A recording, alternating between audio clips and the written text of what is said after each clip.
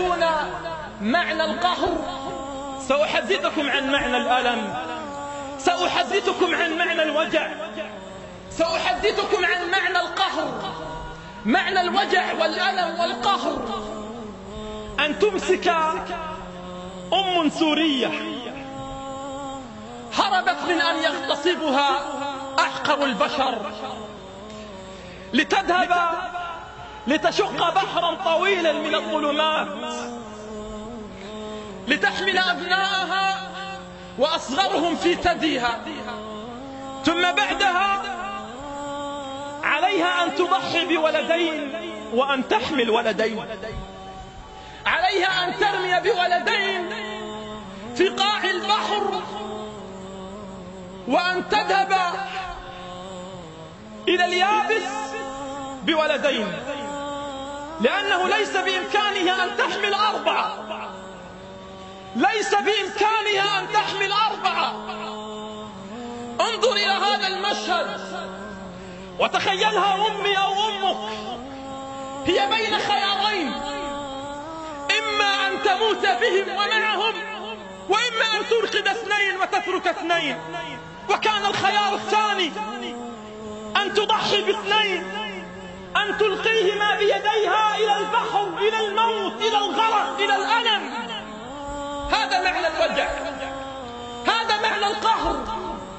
معنى الوجع أن ترى من كانوا يحلمون بوطن، من كانوا يحلمون بشوارع دمشق، من كانوا يحلمون بأن يزهر الياسمين، لا يرون إلا البراميل المتفجرة، لا يرون إلا الأشلاء، لا يرون إلا الدماء، لا يرون إلا القتل.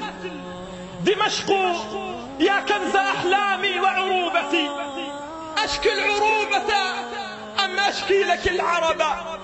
دمشق يا كنزي، يا كنز أحلامي ومروحتي، أشكي العروبة أم أشكي لك العرب؟ أدمت صياط الظلم ظهورهم. يا ابن الوليد ألا سيف تؤجره؟ فإن أسيافنا قد أصبحت خشبا. يا ابن الوليد ألا سيف تؤجره؟ فإن أسياف الخليج قد أصبحت خشبا. رأيتم صورة هزت كيانكم، هزت الأعماق، أدمت العيون والقلوب، حينما رأينا طفل في سن صغير كان تحلم أمه وأبيه أن يراه كبيرا مهندسا دكتورا في درعا أو في دمشق أو في الشام، وإذا بالبحار تقذفه غريقا، تقذفه مقتولا. والعرب الذين يستعدون لاستضافة كأس العالم، معنى الوجع أن يصرخ طفل سوري على أمه التي أصلا قتلت بالبراميل المتفجرة ليقول لها: يا أماه جوعان. في زمن تتناثر فيه المليارات، في زمن تتناثر فيه الأموال، في زمن يشترى لاعب كرة قدم بملايين الدولارات، وطفل سوري يصيح على أمه التي قتلت بالبراميل المتفجرة: جوعان يا أمه، جوعان، منذ يومين لم آكل. وآخر يموت على البحر وفي البحر وعلى شاطئ البحر، كأن لسان القائل يقول: يا أيها البحر لا تبكي وتبكينا، يا أيها البحر لا تبكي وتبكينا، وابلع دموعك إن الدمع يؤذينا. متى ستعرف أن الموج موطننا، فليس من بلد في البر يؤوينا. يا أيها البحر لا تبكي على شعب أبكى الصخور ولم يبكي السلاطين. يا أيها البحر لا تبكي على شعب أبكى الصخور ولم يبكي السلاطين. كل البلاد بوجه الشام مقفلة إلا السماء أراها رحبت بهم.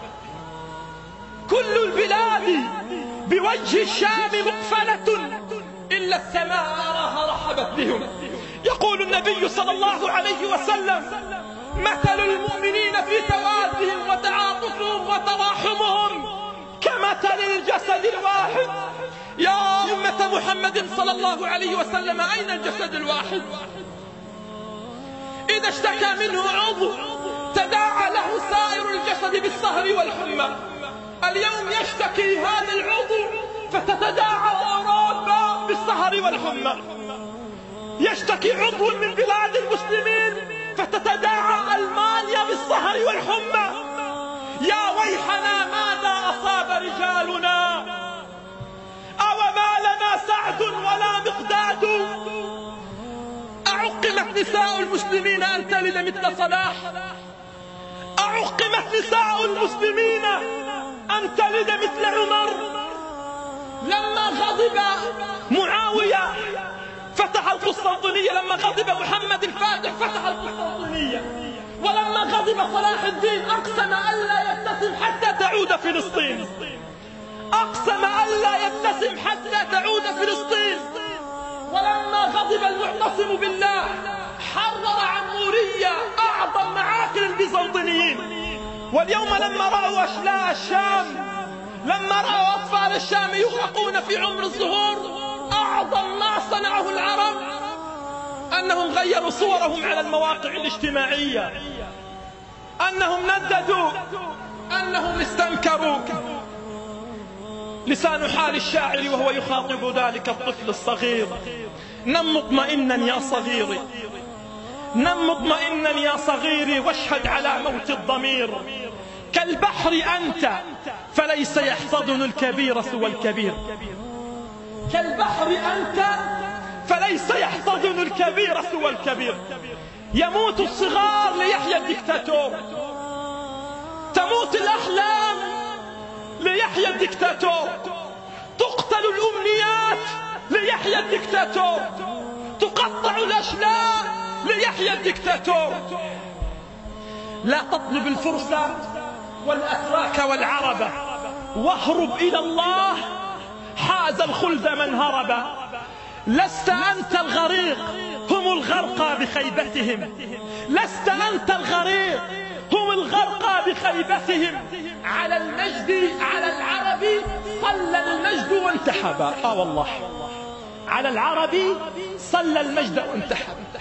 فنحن والله ليسوا وحدهم هم من يغرقون، ليسوا وحدهم هم من يغرقون. نحن والله نغرق في اليوم 1000 مرة ألما ووجعا وقهرا. ماذا لو تخيلت للحظة الذي رمي على شاطئ البحر ويحمل ويلبس أجمل الثياب، قد رتبت له أمه ثياب نظيفة، فهو سيسافر ويهاجر إلى بلد أوروبي فيجهزته بأجمل الثياب، وإذا بالعرب وبالخليج وبالمسلمين الذين لا تتسع أموالهم أن يستقبلوهم، لا يتسع بترولهم، لا تتسع مساحاتهم ولا ملياراتهم. ماذا لو كان يهوديا أو أجنبيا؟ والله لقامت الدنيا ولن تقعد. كل أساليب الموت لم تجرب إلا في أمة محمد صلى الله عليه وسلم، إلا في أهل الشام. قتلوهم بالبراميل المتفجرة، قتلوهم ودفنوهم تحت التراب وهم أحياء، حرقوهم وهم أحياء، بالغرق أغرقوهم. كل أساليب الموت لا تأتي إلا ضدنا.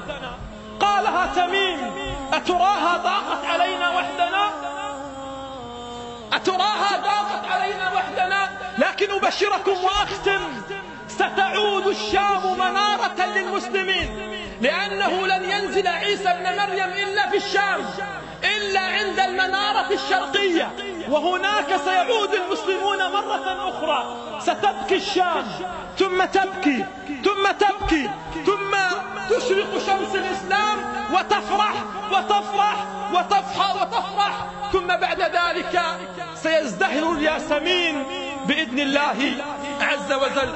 اللهم أرنا في بشار يوما أسودا، اللهم أرنا في بشار يوما أسودا عاجلا غير آجلا.